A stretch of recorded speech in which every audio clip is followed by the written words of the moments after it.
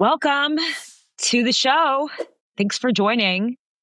This is going to be a fun one. Well, we're about to blow the lid up, but open on some really interesting stuff in terms of the MAHA movement, which is a very, very, very popular movement in America right now. I have to say, and Steve and I have talked about this before, but I have a number of friends, including family members, who are diehard MAHA.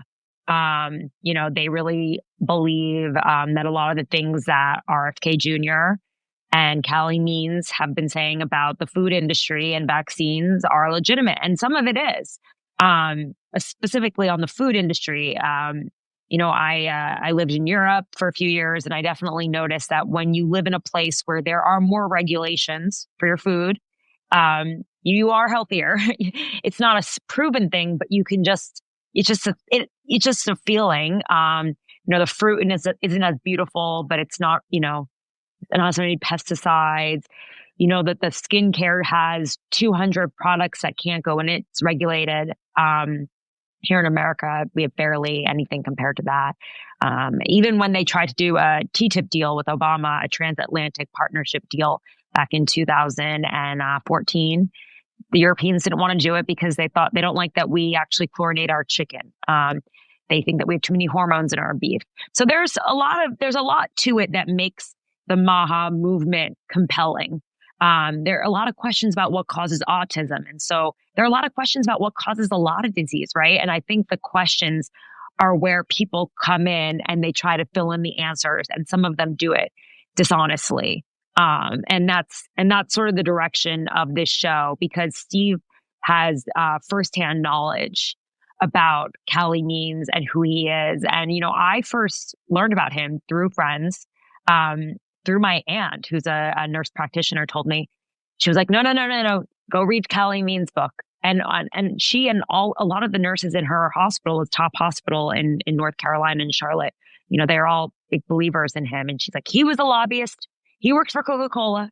You got to read it. Don't listen to anyone. Tara, trust me. And she's a smart woman. I have other friends too that, they're worried about their children. They're like, why are we giving them red dyes? Why are the Fruit Loops in Canada not as bright? Why is it different when you go to another country when it comes to food? But then there are the fallacies that are filled in the middle, and the people who are spreading some of these things, they have they make money from it. You know what I mean? That they make money from a lot of the falsehoods that they spread, or the theories that they spread that don't have any backing, scientific backing. And so this is all to say, and I'm laying this groundwork to say that, like, we're not saying that we should not be regulating food. We are not saying that food products, everything that you ingest, should not come with regulations, but we have to be careful about the messengers and their agendas. And so Steve, so Vanity Fair comes out with this huge piece.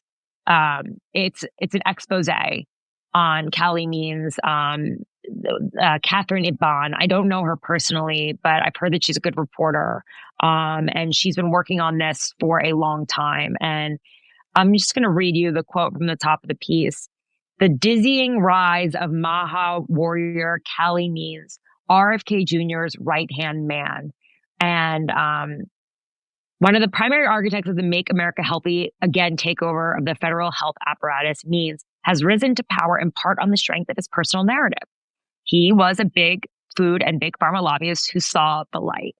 And yet a 6-month Vanity Fair investigation raises questions about whether Means has embellished his personal story. And this is where Steve comes in, saying, Calley Means is not a whistleblower. He's an opportunist peddling junk science to make millions. So, Steve, I think this is a good place for you to jump in there and explain to our listeners, what did you mean by that?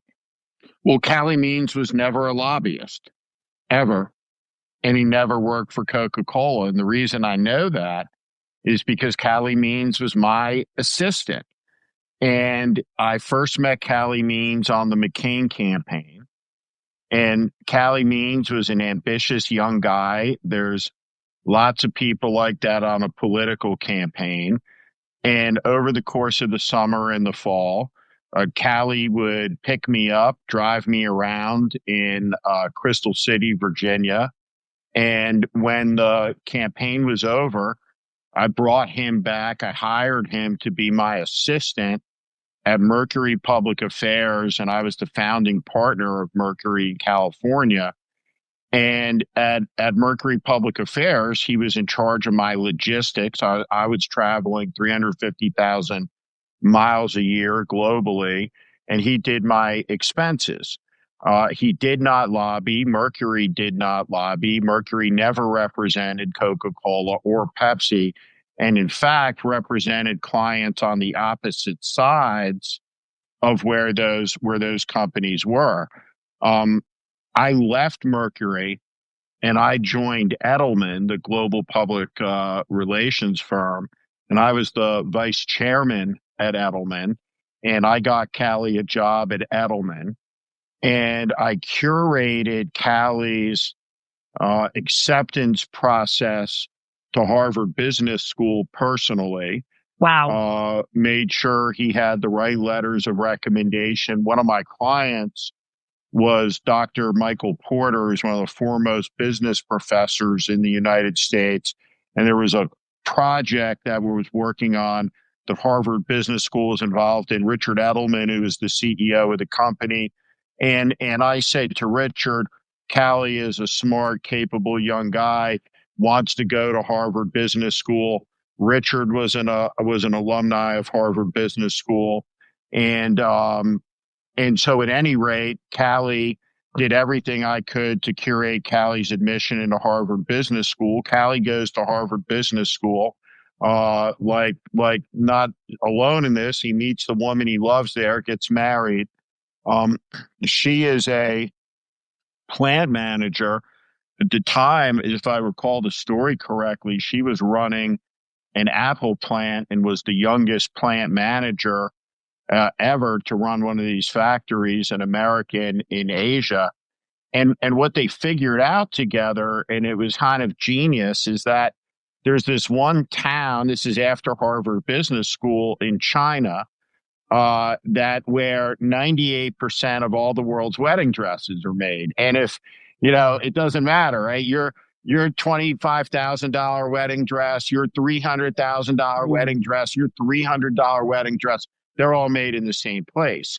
And Calley It's like Means eyeglasses in that right, town in Italy. It's so crazy. One town makes all the wedding dresses, and he came up with this idea that you could basically have a customized wedding dress made, curated, and he sold that business. But Calley was never a lobbyist, and Edelman, the global PR firm, their client was Pepsi, not Coca-Cola. So just as a matter of the space-time continuum, from the end of the McCain campaign through today, Calley Means just did none of the things that he said he did. And yet, the New York Times last week and other news organizations on a constant basis introduced Calley Means as having done these things, and he is as big a fabulist with regard to having done those things as Elizabeth Holmes or Sam Bankman-Fried or George Santos. And so we sit here and we scratch our heads in a society and in the media. How is it, right, that this report is just released, public health report, lives of the American people at stake by MAHA, the great MAHA report. And it turns out, right, that it's written by an AI. There's made up citations, made up medical reports, junk science all over it. Well, and it turns out that the guy who spearheaded the effort was my assistant, who used to do a bad job with my expenses. And I promise you, right, if you care about these issues, I care about these issues. I think that it's important to remember that the FDA created a highly permissive environment for a company to wipe out 1 million American lives with opioids and corrupt deals, right? So there's a lot of corruption, but the point is the guy that has become a real zealot, intimidating reporters, shouting down people, has no credentials whatsoever, and his sister is the is the Surgeon General nominee now. And what they are is wellness influencers. She did not finish her residency. She rang the bell. She quit, right? She didn't measure up. I don't know what to say. She didn't finish the program. And so it should be disqualifying for a young physician who didn't complete their residency to be Surgeon General. But at any rate, they have a sprawling wellness business empire. Calley has no credentials whatsoever, and he is conflicted from a business perspective 100 different ways to Sunday, and he's making these policies sitting there in the White House as a special government employee and as Robert Kennedy's top advisor, and all of it is nonsense. And people who have entertained Calley, who've had him on, Megyn Kelly, looks at Joe Scarborough and criticizes him for coverage on Joe Biden. Well, Megyn Kelly has celebrated Calley Means, and I'm here to tell you, just as a matter of fact under the sun, because I know, because he was my assistant, that he has no credentials whatsoever, and he made up this entire story. And we didn't I want to do go. I want to any go of that type of work. Yeah. That's exactly what I want to talk about with you, Steve. Like, not only I read in this piece did he completely mess up your expenses, so it sounds like he really just did. There's an anecdote in which Steve is trying to get a Starbucks coffee and his credit card is denied because his assistant at the time, Calley Means, this alleged healthcare lobbyist at the time at Mercury, which was not lobbying for a beverage company at the time, right? That he wasn't filing your expenses. But like, let's really talk about what you were working on the time, what he was doing, how if in any way he could conflate this or confabulate this. Like, how could he have just completely, pulled this out of thin air? I mean, I know that at Edelman, you did work for Pepsi, so that meant that it would be a conflict of interest to work for Coke. But at Edelman, like, what kind of meetings could he have even had access to as an assistant? Well, he wasn't an assistant at Edelman, whatever title he had, but he was a young guy in his 20s. He was working on research projects, making decks, and on any one of a number of different things he was working on. So, for example, that Harvard competitive project with Michael Porter, who's a towering intellect. Calley was intellectually engaged. He's a very smart guy. He was doing complicated research projects for companies that people would say, hey, that, whether it's in, whatever space. General Electric was a big client of mine, but Calley didn't work on it. But whatever projects he worked on, the one that was most significant was this competitive project with Harvard Business School.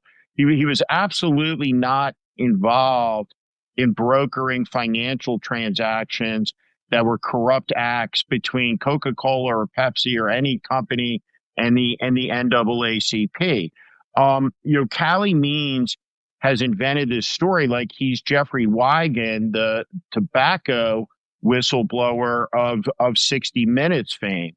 And this reads almost like a movie script of his own invention, that he saw the light after all these corrupt deals, and it never happened. At Mercury, I did projects when I was doing that type of work. I was the lead strategist for the San Francisco 49ers and the construction of their stadium as they exited San Francisco. A lot of politics. I was the chief strategist for a coalition of companies for Blu-ray DVD and the format war versus HD DVD. I represented the studios in the writer's strike. I represented Indian tribes in the gaming compacts.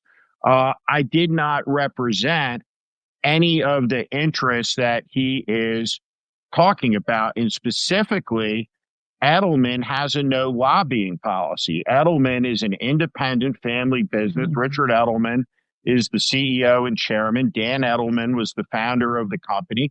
Edelman does not lobby. And has not lobbied, though Richard today is a registered lobbyist, but that's a different story and a different requirement from work that he does. And to be a lobbyist, just to be clear to everyone here, if you are a registered lobbyist, you have to file. You have to report. Right. It is a public document if you are a lobbyist. And are there any documents that show that Calley Means was ever a registered lobbyist? None whatsoever. But so that's a huge hole in the story. He's no more a registered lobbyist than I'm a tree. Right? Do I look like one today, though? You look like a bush. No, yeah, exactly. I wore my camo. George Bush got that question once. He was asked on the campaign trail, if you were a tree, what type of tree would you be? And he looked back at the reporter and he said, I'm a bush. which I thought was pretty quick-witted and fun. Yeah, that's a good one. Oh man. No, but he was never a lobbyist, and he never did any of that type of work, right, at Edelman or at Mercury. And I can account for every minute of his employment between the John McCain campaign and his exit to Harvard Business School, which I helped him get into. His father came up to me at a campfire outside the Ritz-Carlton Resort in Half Moon Bay, which is another thing. Cali grew up with a lot of affluence, and his father said to me, "You're the most important figure in Cali's life. You made him a man." Right? Cali worked for me for years. I stewarded Cali's career. Right? Cali was a very awkward 23-year-old. And taught him how to pay attention to detail and function in society, basically. His first 3 months at work, he gave everybody a Snuggie, right? This type of blanket, right? That I guess was the gift of the year. It was not appropriate for the workplace. And he was just this kind of awkward, really smart Stanford kid trying to feel his way. And, it's interesting when you hear him talk about all of Robert. Yeah. When he says Robert Kennedy, he makes these pronouncements, the most important cabinet secretary in history, more important than George Marshall, right? It's like, come on. And it's so you see this guy, the rhetoric that he employs and the hyperbole he routinely engages in, and it's all nonsense. It's all a con. It's all made up. And it's very, very discouraging for a lot of people who knew this guy, who have all sorts of different opinions and all sorts of different issues. We have people that we worked with, back in those years who have special needs kids that struggle with obesity themselves, that whatever the issue is, right? There's a broad sympathy, as what you said at the beginning, for, right? There's like the food in the country's messed up, right? There's really a lot of corruption and all of this, and it's a disaster. But this guy, selling snake oil and saying that he did these things when in fact he was given a lot of opportunities, and now he's taken those opportunities and twisted them into something villainous, which is completely imaginary, and made up this story to make millions of dollars. And it's appalling. It's appalling. Yeah. I mean, do you ever regret how you helped him? Where, I have another guy, right, who is at the same time was an assistant, and this guy goes to law school and joins the Navy and becomes the #1 defense attorney in the Pacific Fleet. And then he decides, well, I hear a different calling, and he becomes a priest, and he goes to the Pope's seminary in Vatican, and he's going to be a chaplain, right, back on active duties at a parish in San Diego, deploying with the Marines. So, I'm not his dad, right? He's not family, right? He was a guy who worked for me, afforded opportunities. But it's extraordinary to watch the delusion of somebody who's made up this story and gotten deeper and deeper and deeper and deeper into it, without a seeming care in the world that the people that know the truth about it at some point, who are all involved in politics at some level. Pretty brazen. It's really brazen. And particularly me, right, is not going to call it out. And to me, what's so offensive about him in this moment is when you talk about this issue at the core and obesity, and you can look at all the crazy things he has said about it. This is fundamentally an issue related to poverty in America. This is a socioeconomic issue, right? If you live in Marin, you have a lot of good food choices, right? If you grew up in the places that Calley Means grew up in, right? If you have your own shaman, right? You're in a sweat lodge with Robert Kennedy having visions about bringing Robert Kennedy and Donald Trump together and all this. Good for you. Yeah. You're right. Right. You're right. They're not using those skin products that have all this shit in it. They're not eating the chicken with all the hormones from Tyson's. They're not eating, they're eating their farm fresh chickens from their backyard that their chefs are cooking, and they're living their organic high life. And you're right. And claiming that they're fighting for the rest of the country so that they can be healthier. And I, again, believe in the regulation of food. Big food, big pharma, they're stopping a lot of this. It is insane. It's like the military industrial complex, how powerful it is in DC. And it needs to be challenged. But are these the right people to be challenging it? It's just they're selling their supplements, they're selling their products, they're selling their stories. And some of them are dangerous, especially the anti-vax stories, without having any science behind them. And then you hear about people believing that they can cure their cancer without getting treatments. There needs to be, we can't ignore the science either. I think it's healthy to question science. I think it's healthy to question where money is coming from, who's paying for what. I think the root of what they were trying to do resonates with people because they feel it. They feel that there is something off, right? Otherwise, it wouldn't resonate. But so when you think about the decision to go to the moon, right, as a country, we're gonna fly a rocket, right, a space capsule to the moon, and so getting to the moon, right, is as that capsule physically arriving at the moon, right? That's an aeronautical engineering challenge, and then that capsule separates, and there's a landing craft, and that thing's got to touch down on the moon, and that's a piloting challenge. The decision about whether to go to the moon, that's politics, right?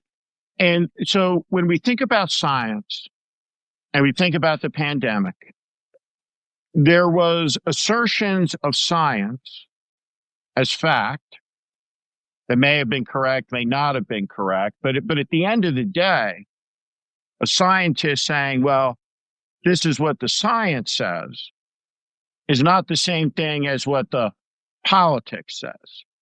Because there were a lot of people in the country who didn't comprehend why they couldn't walk on that trail in the woods or on the beach or in the park, right? That was a political decision, right? That was wrapped up. Well, the scientist or the doctor or the public health expert said that. And when you say enough of that, and it doesn't make sense, because the person is told, well, hey, I'm out here in this fucking park at 7 a.m. with my dog, and I'm not within a quarter mile of another person. Why am I being chased out of the park here? Oh, because there's been some pronouncement from some public health official. And so, did it make sense? Right. So the choices and the lanes and everything got scrambled. And there has been a revolution against science and against these agencies that's been stoked by demagogues. Yeah. And let's face it, right? I think one of the most powerful political shows that has been made in the 21st century that explains Donald Trump is Danny Strong's Dope Sick with Michael Keaton, that tells the story of the opioid crisis through the prism of Appalachia in this Virginia. I started watching that. Yeah. amazing. It's a stop. We didn't talk about any of this stuff in the country until 2016. Yeah. 1 million people died. 1 million Yeah. people died. And the FDA said, hey, this stuff was good. It wasn't addicting. And the person who said it at the FDA worked for the company, right? Yeah. And then went to the FDA and back and forth. And it's all corrupt. Yeah. And so what you're doing, when you think about the journalism of this, independent journalism, the muckrackers in the early 20th century, Upton Sinclair, books like Yeah. The Jungle, they were all about the food supply. That's exactly Right? what they went for, because it's about the people. Right? It's about the poorest people. It was when the robber barons were controlling the country, the Rockefellers, the oil barons, and the people, the minority, a lot of them coming from, actually our people, a lot of them coming from Europe at that time, living in the tenements, living in the slums. And it was at the time when there was a real progressive revolution, and it was through journalism, often yellow journalism. It was Pulitzer, Joseph Pulitzer, and what he was doing at the time. And these journalists were going undercover, and they were exposing these atrocities, like in the asylums, like Nellie Bly, and then in the meatpacking. So it's like the root of the exploration is important, right? But like, we need to make sure that the people that are the messengers are not, grifting from this, are not like, and Steve, I think the thing that shocks me is, like, how did the New York Times not get this when they just published a post on Calley Means? It is one of the things that I talk about all the time, and I've written about it hundreds of times.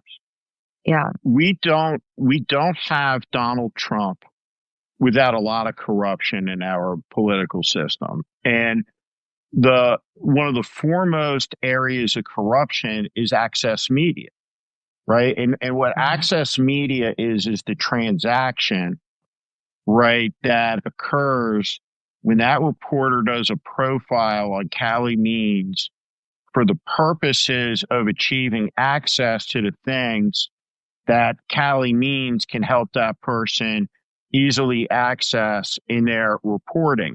And so what Calley Means is doing needs to be confronted, not coddled and not explained on Calley's terms, because what's happening at HHS and in the Trump budget is the decimation of research across a dozen areas, hundreds of diseases impacted. And so if you think about the climb of human knowledge, to me, what really, like, kind of almost had an emotional impact was pondering. It was really, like, deep out in the woods, like looking up at the sky, thinking about the Webb telescope, that our country made it, and it's the most complex scientific instrument ever built. And it can literally see back to the origins of the universe, to the beginning of time. And it's a thing of wonder and marvel, right? I think of that Paul Simon song, right? We live in an age of miracle and wonder. Yeah. Right. And so this upward trajectory, but in 150 days, right? Whatever that trajectory is, it's reached its apogee and it's falling back, or it's coming over the parabola, right? The disease that was on a track to be cured is no longer on a track to be cured because of the vandalism, the arson, the insanity, the nihilism. And the guy who's a principal agent of it, incredibly, was my assistant, but his whole origin story that's given him the license to do this stuff is a fabrication. Yeah.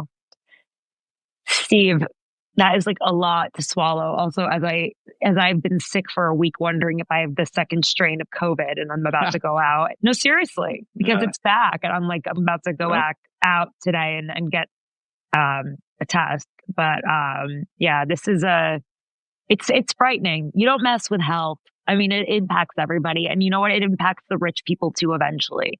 And that's it, eventually, but it's usually, it starts from the bottom and, it starts with the bottom and it's a sad fact. I mean, these things that they want to reform and change, they can be done. They don't need to be smashed apart with a sledgehammer. They can be explored. We can have scientists debating things. We can go back into research. We can talk, like, frankly, we should be talking about regulation and but I haven't really seen any of that from them either. The stuff that I was like almost hoping you would see. It's not like you're seeing that right away. You're not seeing the kind of progress that could be made. I think that there was something with the dyes. They definitely, have banned red dye. And that's probably a good thing. I mean, if it's banned in other countries, there's no reason that we should have it, in our country. But, I think it's a lot of destruction that's really hard to reverse. And then when you lose these scientists, these doctors, these dedicated professionals that frankly could be making a lot of money elsewhere. They don't need to work in government. I mean, they're highly qualified people. How do you get that back? How do you attract talent back?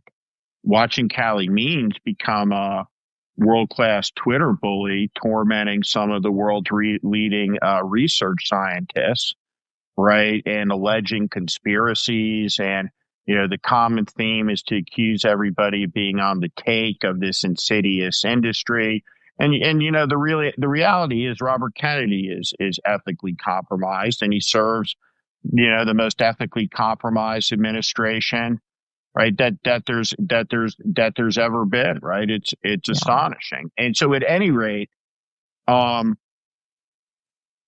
it's a free country, right? And there is an intolerance, right, in the politics. I mean, if you want to go live in the woods and not vaccinate yourselves, right?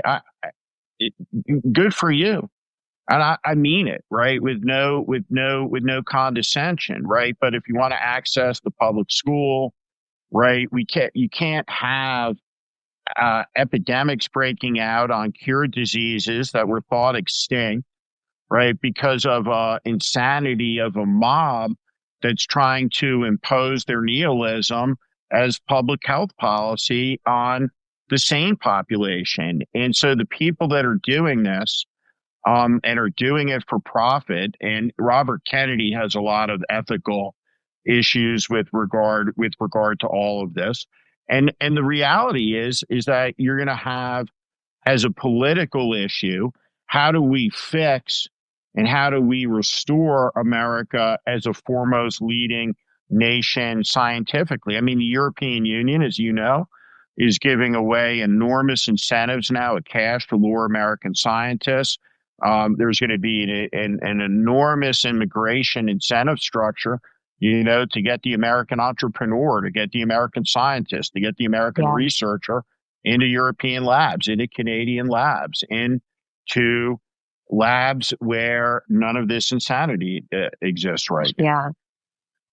Steve, I'm not really feeling that well. I don't know if anyone can tell from my eyes. My dog's having a meltdown. But this was really, really enlightening. I'd love to pick this up again, but Absolutely. First of all, thank you for your bravery, because I read that article and there are a lot of people that were on background. I understand for a lot of reasons why people don't go on the record. I think there were about 9 people on background in that article who had worked with Cali at some point. You were on the record, and I think one other person. I believe there was one other person. So I'm sure you're gonna get heat for that. So, as a journalist, we need our sources to come out and speak, because often if you don't have someone willing to go on the record, a story like that dies. And you never know about it. So thank you to the real whistleblowers, really. And appreciate that. Well, feel better, Tara, and it's always good to be with you. Yeah, and again, everyone who joined us, whatever you think about the issue, you should be guided by a person who at least did the things they said they did as part of their credential to tell you about the things that you should be doing with your health. That the last person you ever want to be listening to is a person who made up all their credentials while they're simultaneously telling you how you ought to live your life and how you ought to live your life with regard to your health care and what to put in your mouth and who's doing what to you. And so the fraudulence is important to see. And we live in an age of real dishonesty. And so it was my pleasure to speak out on the record and call it out. But Yeah. Tara, feel better? Thank you. And thank you all for joining. And thanks to everyone who said feel better. Very kind of you. And of course, you can support both of our journalism. You can support Steve at The Warning, and you can support me at The Red Letter by becoming subscribers. We appreciate your time and that you tuned in for this incredible story. I'm Steve Schmidt. This is The Warning. I invite you to join this community where I promise to be honest, blunt, and direct about what is happening in this country. America is in crisis. Follow and subscribe to this channel and on Substack. Thank you.